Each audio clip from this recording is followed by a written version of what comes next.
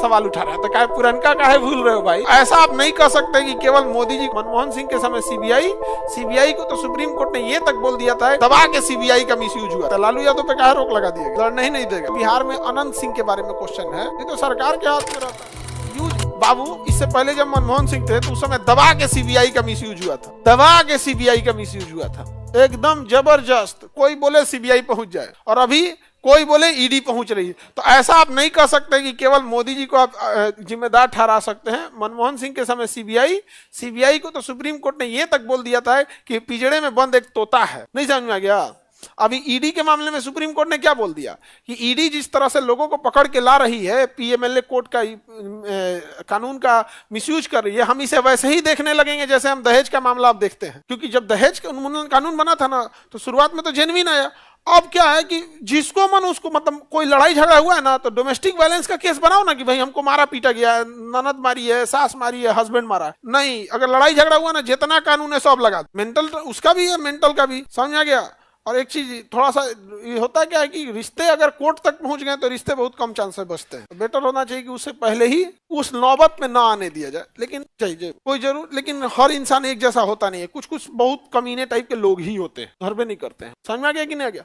तो ऐसा ईडी के ऊपर सवाल उठा रहा है, तो क्या पुरनका काहे भूल रहे हो भाई? दोनों के लिए कहो नहीं लड़ सकता। लालू यादव पे काहे रोक लगा दिया गया? लड़ने ही नहीं देगा। 7 साल या 8 साल तक रोक लगाएगा। पहला की 2 साल की सजा हो गई, तब तक पहले काटिए। खत्म होने के बाद भी 7 या 8 साल का है। उसका एक अलग है, जनप्रतिनिधि की धारा है, वो कानून है, कानून आती है उस सब के लिए। समझ में आ गया कि नहीं गया? अब उतना तो हम लोग को जनप्रतिनिधि का कानून के बारे में कुछ ही ध्यान रहेगा, उसका अलग कानून होता है। तो लालू यादव को इसी के तहत क्या कर दिया गया? अयोग्य घोषित कर दिया। सजा होना और जेल होना दोनों में अलग हो। सजा हो जाना और जेल में रहना दोनों अलग चीज है। आपके ऊपर सबूतें नहीं मिला, आप जेल में, तो अपराधी थोड़े हैं। तो दोनों में अंतर समझ में आ गया कि नहीं? जैसे इनका बिहार में अनंत सिंह के बारे में क्वेश्चन है, तो सजा है या जेल है, दोनों में अंतर होता है। समझ में आ गया कि नहीं आ गया? तो जेल में रहने से चुनाव लड़ने में अंतर नहीं आएगा, लेकिन अगर सजा हो गया तो लड़ने नहीं देगा। समझ में आ गया? ये तो सरकार के हाथ में रहता है ये सब चीजें बहुत हद तक। नहीं समझे? सरकार के हाथ में अपने वकील को शांत कर देगा, छूट जाइएगा आप। अपने वकील को टाइट कर देगा, जग जाइएगा। पुलिस को कह देगा सबूतें मत देना, सबूत नहीं देगी, आप छूट जाइएगा।